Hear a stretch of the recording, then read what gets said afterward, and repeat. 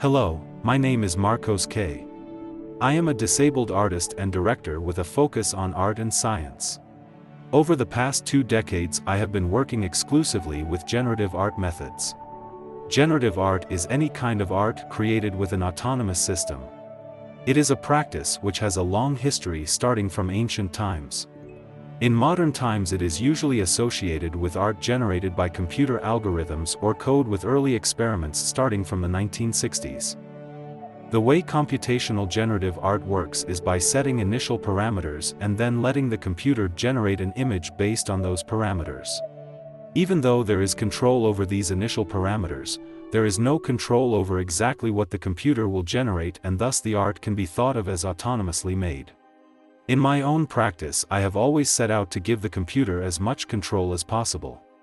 I take the role of a director, guiding the computer to express my concepts and ideas, but also letting it express itself through its algorithms. One way of thinking about this is like the filming of a documentary, where there is control over some aspects like the time and location, the positioning of cameras and recording equipment, but the events are allowed to play out on their own with no intervention. AI-generated art is the evolution of this same process and the next step in the long history of generative art.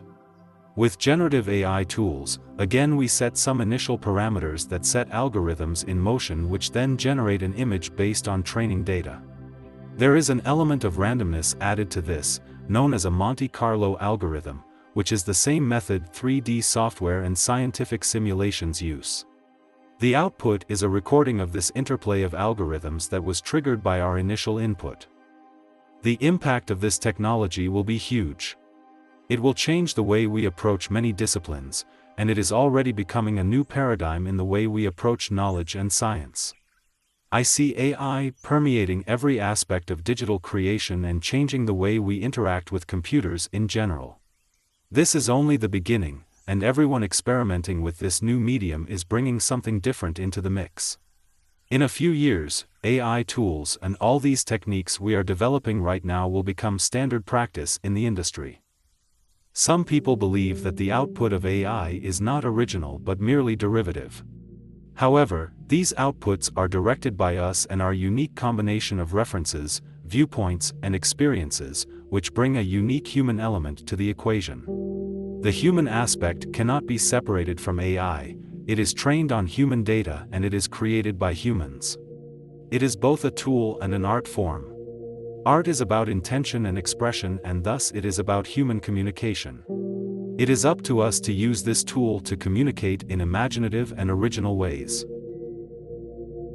AI technology is giving artists the chance to find new creative pathways and to express themselves in ways that weren't possible before because there was not enough time or means.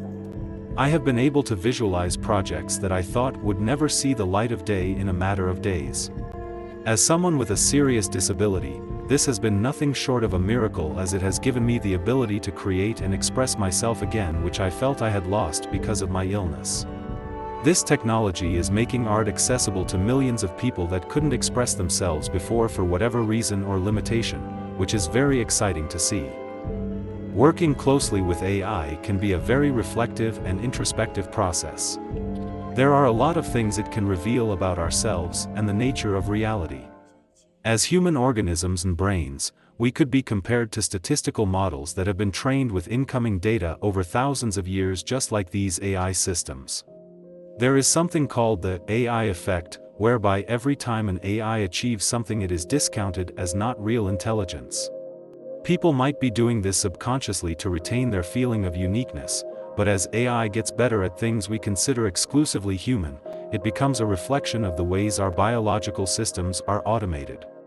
This is fascinating because through creating simulations of brain processes such as these neural networks, we get to learn more about our own brains. This ties in with my work from over the last 2 decades, which has been an investigation on how simulations have become the main tools of observation in science. Ultimately, this technology can be thought of as a reflection of the human condition and a mirror for us to understand ourselves better. It is an incredible tool that opens a world of possibilities and new discoveries. Right now we are just scratching the surface. This is only the beginning.